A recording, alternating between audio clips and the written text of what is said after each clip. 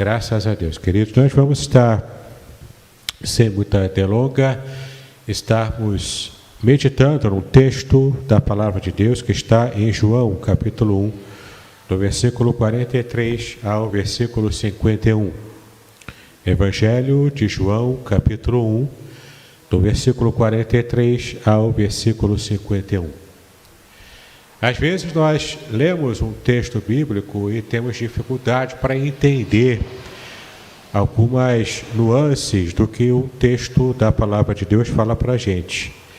Para isso é preciso que a gente esteja se aproximando do texto com aquela perspectiva de humildade, de querer conhecer de fato o que o Senhor está nos revelando.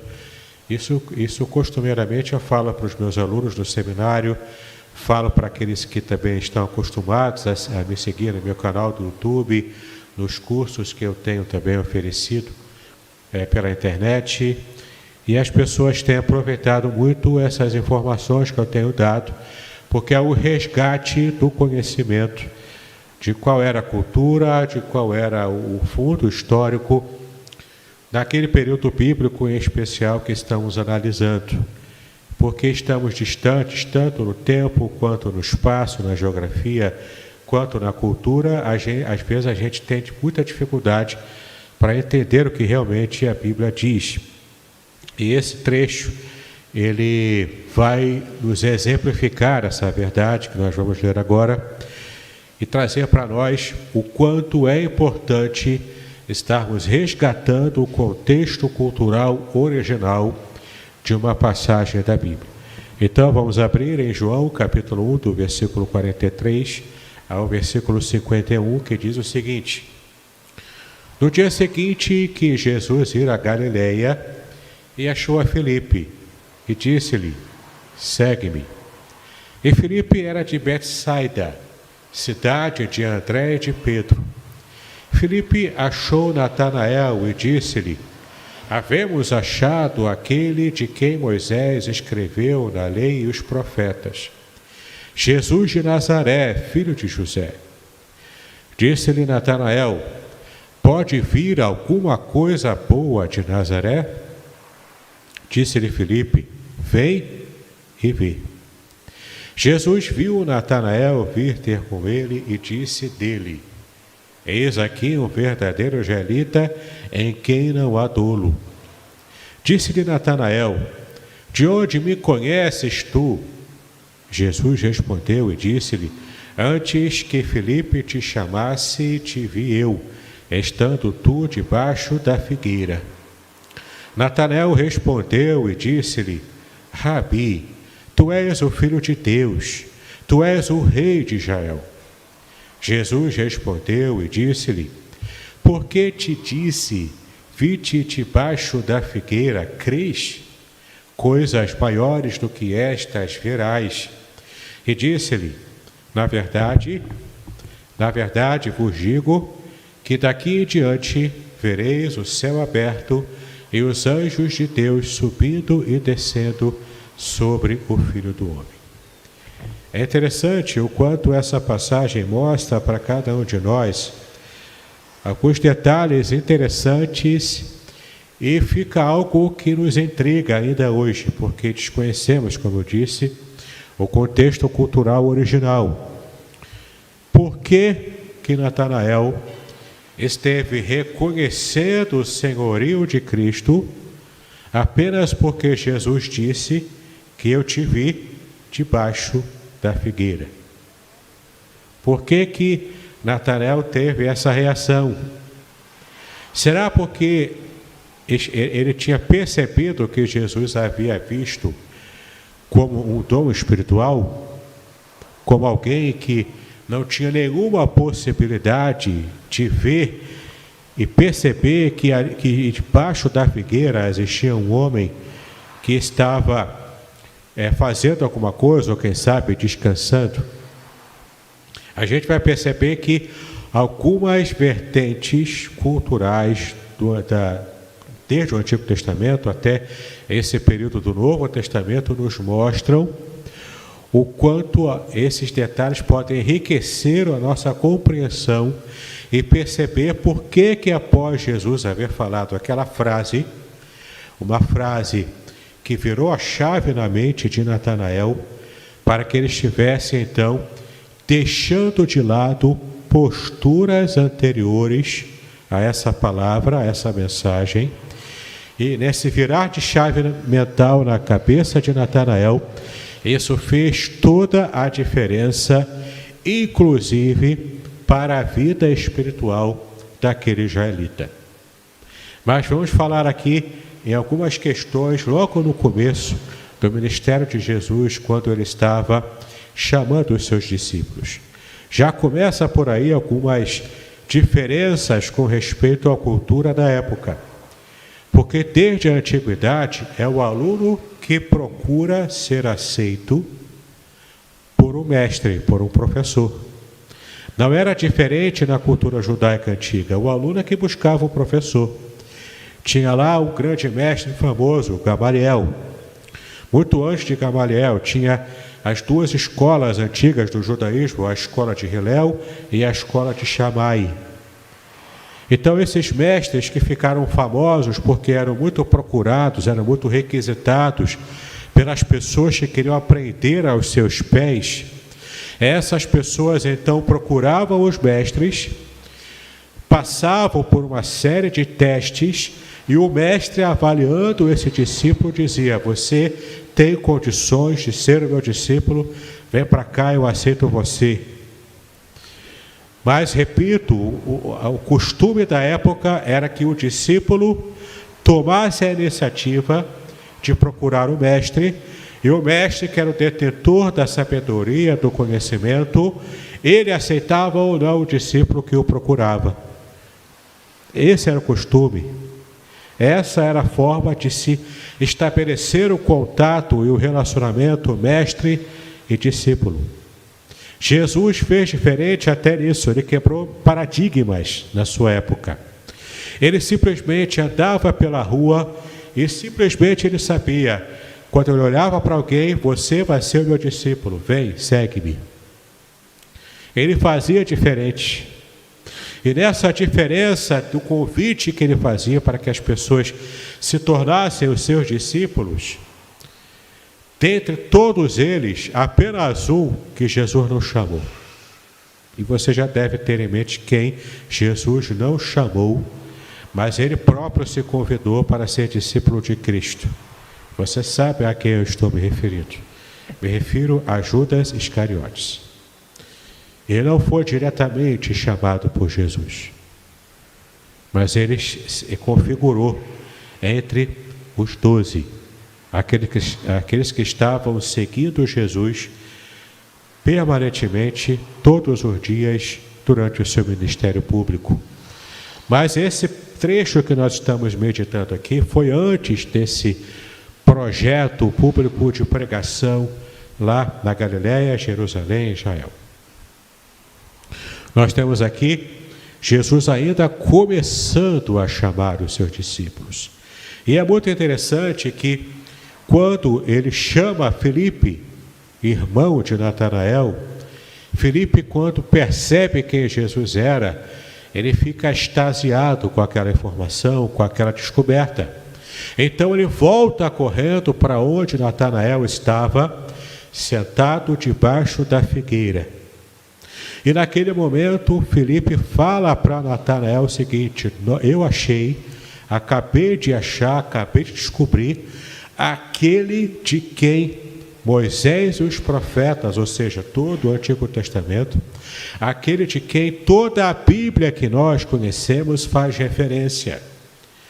Todas as escrituras sagradas, Moisés tipificando a lei, os profetas tipificando aqueles que estavam sendo a voz de Deus para profetizar a palavra de Deus ao povo, todos eles apontam para uma única pessoa, o Mashiach, o Messias, o ungido de Israel, o ungido que Deus separou para abençoar, para salvar, para curar, para trazer vida abundante ao seu povo. Nós achamos. Natanael fica desconfiado.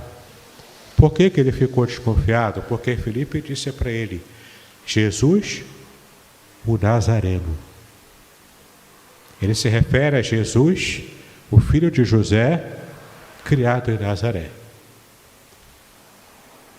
Pergunto para os irmãos, por que nós não conseguimos perceber o tipo de preconceito que Natanael teve quando ele disse que Jesus era Nazareno? Repito, porque ele estava sentado debaixo da figueira. E porque ele teve esse preconceito contra Jesus quando Filipe disse que ele era de Nazaré. Nazaré fica na parte norte daquele mapa de Israel, um pouco ao norte, numa região na época conhecida como a Galileia dos Gentios, porque eram povos gentios que ficavam ali ao entorno nessa região norte, próximo ali de Samaria, na verdade Samaria, né, o jeito certo de falar, e estava então naquela região. Jesus foi criado ali, ele nasceu em Belém, na região sul, mas ele foi criado lá, nessa região de Nazaré. Além de ser uma região povoada por pessoas gentias, que em si já traz preconceito para a mentalidade do judeu ultra-religioso daquele período, daquela época, nós temos ainda uma outra situação que fazia com que Natanael tivesse preconceito contra alguém que habitava em Nazaré. Nazaré era uma vila pequena, tão pequena quanto Belém.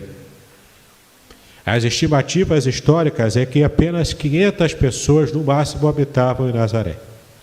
Hoje Nazaré é uma cidade enorme, é uma cidade muito grande. Eu estava buscando na internet vídeos, imagens sobre a Nazaré atual. É uma cidade enorme, com muitos prédios, muito evoluída. É uma grande cidade de domínio árabe naquela região. Mas o que nos chama a atenção é esse preconceito. Quando Natanael disse: será que pode vir alguma coisa boa desse lugarzinho chinfrim chamado Nazaré? Dessa região pequena, mal afamada, que não tem nenhuma expressividade na religiosidade de Israel. E aqui vem uma informação muito importante. Porque Filipe percebeu e conseguiu encontrar Natanael assentado debaixo da figueira. Nós sabemos simplesmente que a figueira, desde o Antigo Testamento, representava Israel como nação religiosa. Várias árvores representam Israel. A figueira, a videira, a oliveira, várias árvores representam Israel. A figueira, em especial, sempre foi apresentada pelos profetas como representando o Israel na sua perspectiva religiosa, na sua busca por agradar a Yahweh, por agradar a Yahvé, por agradar ao Deus da nação, ao Deus de Israel. Então nós temos aqui um costume antigo em que os mestres judeus, ou aqueles que queriam ser mestres judeus, ou ainda aqueles que levavam a sério o estudo das Escrituras, eles estavam acostumados a se sentar debaixo dessa árvore, que é uma árvore frondosa. Ela é grande, os galhos dela são enormes. São folhas que são também próprias para trazer muita sombra. Aquela era uma região desértica, ainda é uma região desértica hoje, onde o sol desce a pino durante o dia, durante a tarde. E de fato era um lugar adequado pelo seu significado religioso, da figueira simbolizando o Israel que quer se aproximar de Deus, que quer agradar a Deus, que quer servir a Deus. E ainda tinha esse aspecto prático de ser um lugar onde um mestre podia se reunir à sombra com os seus discípulos e ali ensinar ao ar livre as suas lições. Então temos aqui em Natanael, que em hebraico significa dádiva de Deus, presente de Deus. Ele estava ali acostumado a conversar com sua família, a conversar com os seus amigos, debaixo da figueira, meditando permanentemente sobre a lei de Deus. Ele, por certo, conhecia os profetas, ele conhecia a Torá, conhecia a lei de Deus, os 5 primeiros livros da Bíblia, o Pentateuco, ele conhecia tudo. Também com muita propriedade, ele deveria estar acostumado a discutir com o seu irmão Filipe acerca da figura do Messias. Essa expectativa da chegada do Messias de Israel. Por isso Filipe chega para ele e diz: achamos, só que ele veio de Nazaré. O preconceito por aquela vila pequena, que não tinha muita expressividade, mas aqui entra um mistério especial que Deus deixa revelado na sua palavra, e quando buscamos esse conhecimento, a gente percebe esse detalhe que parece pequeno, mas que faz muita diferença. A palavra Nazaré, em hebraico Netzerer, é a mesma palavra que tem a raiz Netzer, que significa rebento. O que é o rebento? É aquele brotinho que nasce, aquele brotinho que nasce de uma árvore que muitas vezes está morta, está cortada, está apenas com as suas raízes, sem ter ainda aquele aspecto frondoso de uma figueira adulta, de uma figueira completa, dando sombra, dando frutos. Nazaré significa broto. O broto é pequeno, mas o broto, ele é a esperança de vida para uma árvore que já havia sido cortada e já estava seca. O próprio texto de Jó, capítulo 19, diz que é a esperança para uma árvore cortada, porque ali ele se refere a esse broto, que nasce e é a esperança da árvore está sendo renovada, está sendo revigorada, restaurada, reavivada. Só que porque o broto é pequeno, embora ele seja a promessa esperançosa de algo maior, ele começa pequeno. Como Nazaré era um lugar pequeno, humilde. Como Jesus nasceu numa manjedoura humilde, numa cidade pequena, Belém da Judeia. E então, contra todos os preconceitos, e aliás, essa é a marca registrada de Deus, ele faz coisas grandes a partir de coisas pequenas. Ele escolhe de propósito pessoas marginalizadas, pessoas pequenas, para mudar a história do mundo. Por isso que Cristo nasceu de modo humilde, numa manjedoura, porque isso é parte do modus operandi do próprio Deus. Então, aquela cidade pequena, mas que tem um significado muito grande no seu nome, rebento, fazia referência a um texto que, por certo, Natanael conhecia muito bem. O texto está lá em Isaías, capítulo 11, versículo de 1 a 5. Nós vamos ler agora, Isaías, capítulo 11, de 1 a 5. Que Natanael, por estar contaminado pelos preconceitos da sua geração, não se lembrou dessa passagem que, como homem estudioso da lei de Deus, ele conhecia muito bem. Isaías capítulo 11, de 1 a 5, diz o seguinte: porque brotará um rebento do tronco de Jessé, o pai de Davi, da linhagem da tal linhagem veio o próprio Senhor. Então, o rebento, aquele que virá da linhagem de Jessé.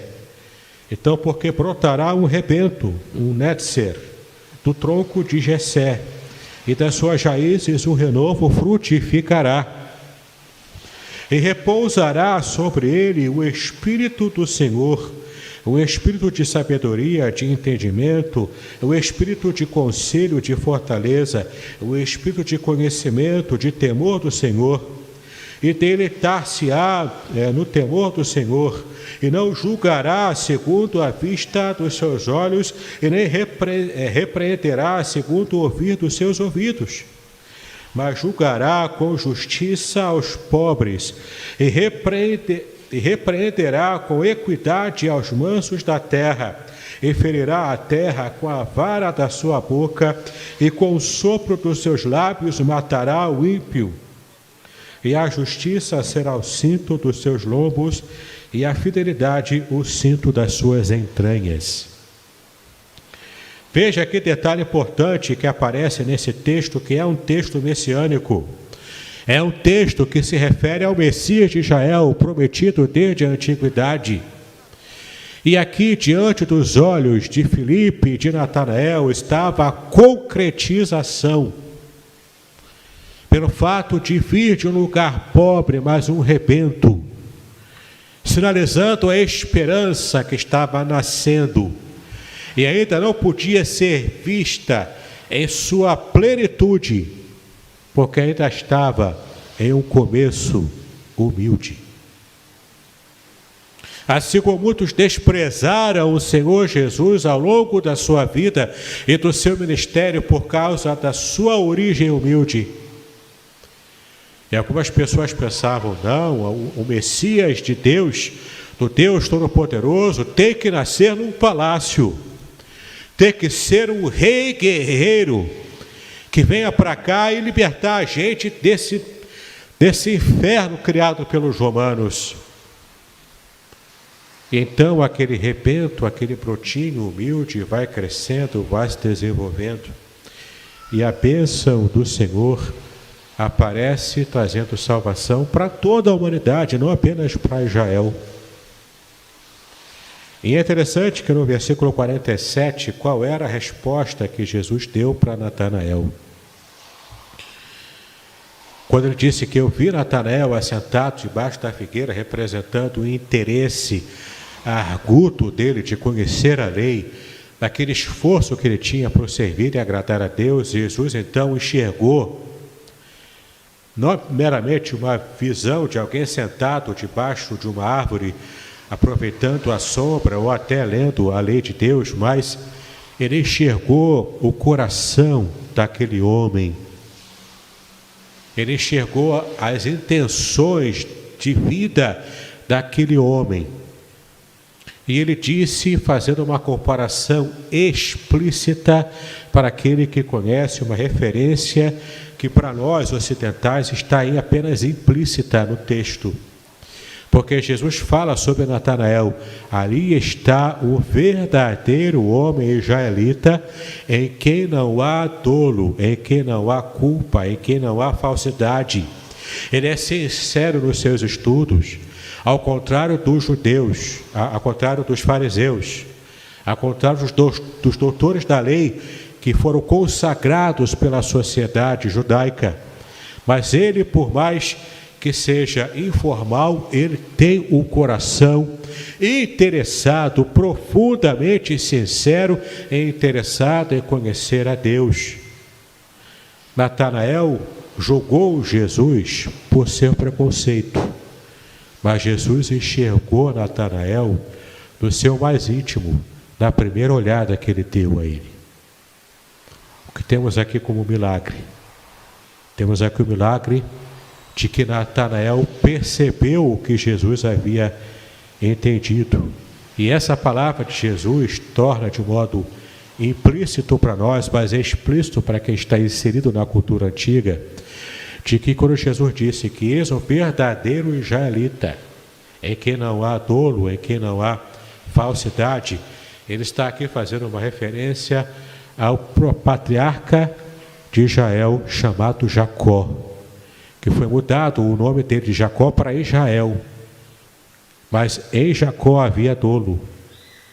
Em Jacó havia a culpa de alguém que estava profundamente interessado também em conhecer a Deus, mas que ele teve uma trajetória bastante dúbia até que ele chegasse ao pleno conhecimento do Senhor que havia se revelado a ele. Então Natanael era diferente de Jacó, porque Jacó tinha dolo, mas chegou ao conhecimento de Deus. Natanael, desde o começo, não tinha dolo. Ele era sincero no seu desejo de conhecer a Deus. Então esse é o verdadeiro israelita, no qual não há dolo. E agora, para a gente fechar essa mensagem, versículos 50 e 51, nós lemos que Jesus disse, finalizando essa conversa, recebendo também aquela declaração de fé do próprio Natanael, que havia se despido do seu preconceito momentâneo, inicial, para que esteja realmente compreendendo e conhecendo o Senhor, o Messias revelado a ele. Então Jesus diz nos versículos 50 e 51, porque te disse, vide debaixo da figueira, você crê, coisas maiores do que essas você verá se me seguir, se me conhecer. E no versículo 51 disse, na verdade vos digo que daqui em diante vereis o céu aberto e os anjos de Deus subindo e descendo sobre o Filho do Homem.